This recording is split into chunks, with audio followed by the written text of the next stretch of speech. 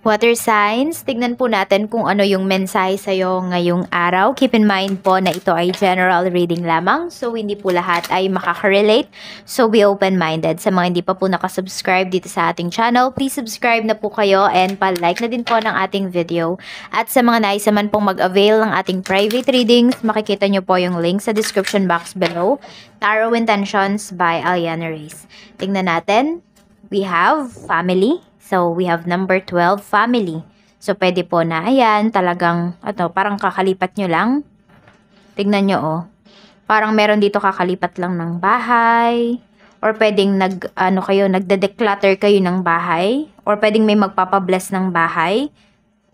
Ayan po. It's either kakalipat or aayos ng bahay, nagde-declutter, or may pinaparenovate sa bahay. Yan yung nakikita ko dito. So, parang busy kayo ng family mo ngayong araw na to, water signs. We also have night lighting. Okay. So, meron dito pwedeng natatakot. Takot yung iba sa inyo na matulog mag-isa. Meron ba? Or pwedeng anak nyo to. Yung iba din po, parang nakakatulugan nyo na. Madalas, water signs na nakabukas yung ilaw. So, parang lagi kayong pagod. Pwede rin na, parang nag-chill lang yung iba sa inyo with your family. Parang, alam mo yun, kahit na busy ka, water signs, nagbibigay ka talaga ng oras sa anak mo, sa pamilya mo. Ayan, pwedeng hindi yan nawawala talaga sa inyo. Yung bonding. Check natin, ano pa po. We have cookies. Okay, so pwedeng may magpapabili sa'yo ng cookies, pero kung marunong ka mag-bake, water signs, pwedeng magbe-bake yung iba sa inyo ng cookies. Pwedeng yan yung nagiging bonding ninyo with your family. Could be cooking or baking. Ayan. Tapos tignan mo, oh. Pwedeng meron dito nagda-diet. Pero, hindi ko alam kung favorite nyo ba yung cookies. Or yan, mahilig kayo sa sweets. So, pwedeng tignan mo nagtatalo yung isip at puso mo dito. Kung ano ba, mag-stick ka ba sa diet mo or mag-cheat ka ba? Tignan natin kung ano pa po ang mensahe para sa'yo. Spirit Guide, ano pa po yung mensahe natin? Mensahe po natin, Spirit Guide, for water signs. Cancer, Pisces, Scorpio, Sun, Moon, Rising, and Venus. Tignan natin. We have courage. Sabi ni Archangel Ariel, be courageous and stand up for your beliefs. Yan, ano ba yung mga paniniwala ninyo? Baka meron kayong mga, ano ba yung tawag doon? Mga nakasanayan na. Ayan, so kung nakakabuti naman at nagre-reflect pa yan sa life ninyo, why not ipagpatuloy? Pero kung hindi na po, ayan po, maging courageous daw kayo dito. Maging matapang kayo, sabi ni Universe, na ipaglaban kung ano ba yung pinapaniwalaan ninyo or ano ba yung makakabuti para sa life ninyo. Tingnan natin. Yung iba kasi sa inyo nakikita ko dito, water signs, nag-iingat kayo sa mga mararamdaman ng family members mo. Kaya nag-iingat ka sa mga sinasabi mo or nag-iingat ka sa mga decisions mo in life. We have feminine energy. Ayan po. Pwedeng may buntis dito o kaya naman madami sa inyo. Water signs is medyo hindi moody. Kundi emotional kayo ngayong araw na ito. Tignan po natin ano pa ang mensahe para sa'yo. Spirit Guide, ano pa po ang mensahe natin for... Nasaan na yun? Ayun. For water signs. Cancer, Pisces, Scorpio, Sun, Moon, Rising, and Venus. Pagdating po, Spirit Guide, sa trabaho. Kamusta po, Spirit Guide, ang trabaho? Kamusta po ang trabaho ni water signs ngayon?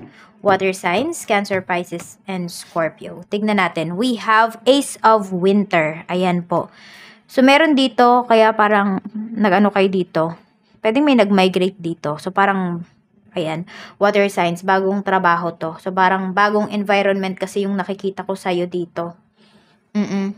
So, pwede po na meron kang promotion. Ayan, may promotion yung iba sa inyo.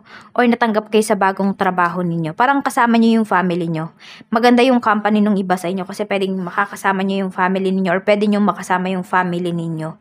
Pwedeng may pabahay din. Ay, basta maganda yung iba sa inyo, maganda yung work ninyo, or may promotion talaga para sa inyo. Six of Spring, ayun no, may pag-alis talaga, may pag-travel.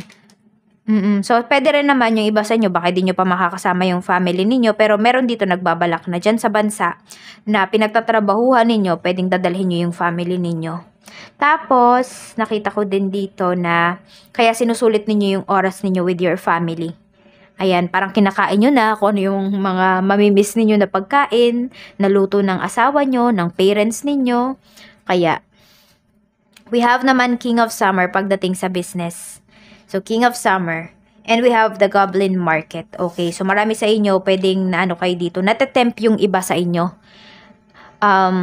Water signs na parang, hindi ko alam kung illegal ba to.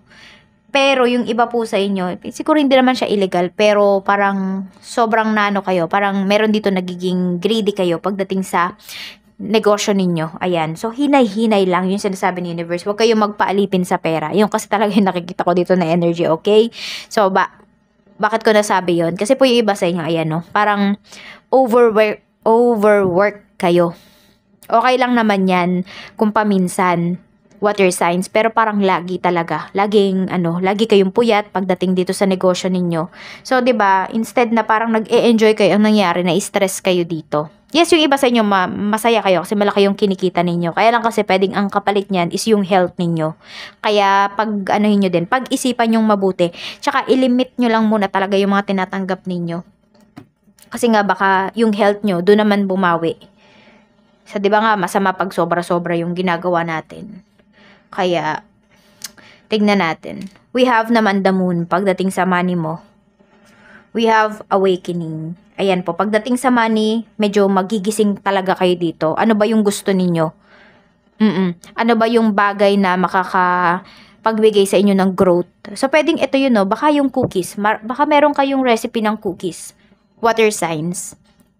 Baka yun yung hilig nyong kainin na pag na parang alam nyo, nakagawa kayo ng recipe. Na standardize nyo yung isang recipe. Baka dyan kayo yumaman. Ayan po, parang nakikitaan. Basta meron kayong nakikitaan dito ng potential na pwedeng dun kayo yumaman. Tapos meron din dito, pwedeng malapit na kayong makabayad. Yung utang na loob, no? Nakabayad ba tayo ng utang na loob? So, yung iba sa inyo, nakikita ko dito kasi water signs is, meron kayong malapit ng matapos bayaran. So, kunwari, baka may kinuha kayong oven or equipment sa bahay. Equipment talaga, no? Sa negosyo, kunwari. Or sa bahay, appliances. Could be washing machine o kaya oven nga yung iba sa inyo. Ano pa? Basta kung ano man tong kinuha ninyo na parang hulugan siya. So, pwedeng malapit nyo na po yung mabayaran. Tapos yung iba, di ba, malapit nyo na yung mabayaran. Tapos may naiisip pa kayo na ano pa kaya yung kulang dito sa bahay namin. Parang ganyan. Tignan natin. Pagdating naman sa mga love life ninyo, we have the stars. May magkakabalikan dito. 5 of winter. Okay. So, merong gusto makipagbalikan sa'yo, water signs. Or pwedeng ikaw to, merong kang, some of you are dealing with Aquarius. Ayan. More on, talaga to, ear signs, yung kadil nung iba sa inyo. So, pwedeng meron kayong dito. Hindi ko alam kung may wini-wish ba kayo. Or meron kayong nasaktan dito, water signs, na isang ear signs. Or baliktad, no? Pwedeng baliktad. Baka ang nakasakit sa inyo dito is ear signs. Tapos gusto niya makipag-usap sa'yo. Parang minamanifest ka kasi niya.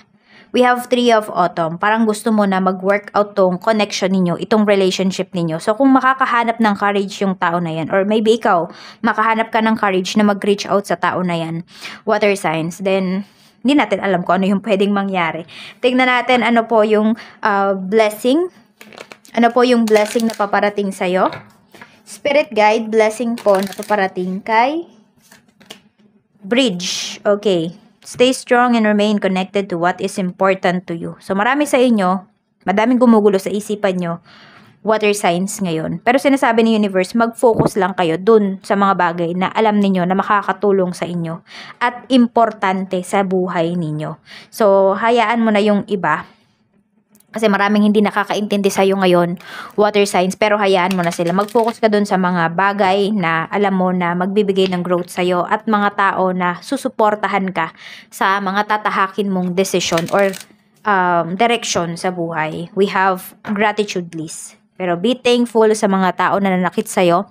Be thankful sa mga taong iniwan ka. Be thankful sa mga tao na parang china-challenge ka nila. Sabi sa'yo dito, counting your blessings and feeling gratitude for what you already have helps you to be centered in your heart. Okay, pag nagpapasalamat daw kayo sa mga blessings na nasa harapan nyo na, sa mga blessings na nasa inyo na, water signs, mas lalo pa kayong nabe-bless. Mas lalo pa kayong ibe-bless ni universe at mas nababalance ninyo yung chakra ninyo. Kung gusto ninyo na madami pa kayong ma-attract na positivity, na opportunity, na blessing sa life, always mag-thank you kayo sa lahat ng bagay na dumarating sa life ninyo. Yes, tapos kahit yung tipong mga tao na nasaktan ka, mag-thank you ka kasi may lesson sila na tinuturo sa'yo. So, tingnan natin. Ito po yung lucky numbers mo. We have number 12, 19, and 12, 19, 2, and 17. At ito naman po yung iyong wishing candle for today or any day na makita nyo tong reading natin. So, 3 wishes, 3 times nyo pong banggitin. Water signs.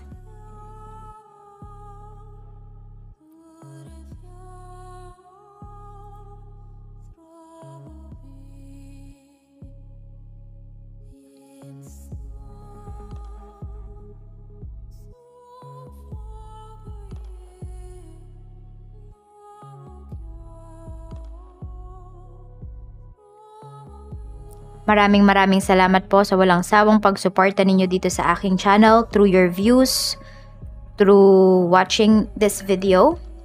Ayan, nakakapagbigay po tayo ng guidance, ng message everyday. Maraming salamat po.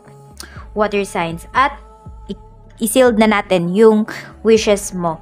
3 times nyo pong hipan yung candle natin. 1, 2, 3. Maraming salamat po and see you again tomorrow. Bye-bye!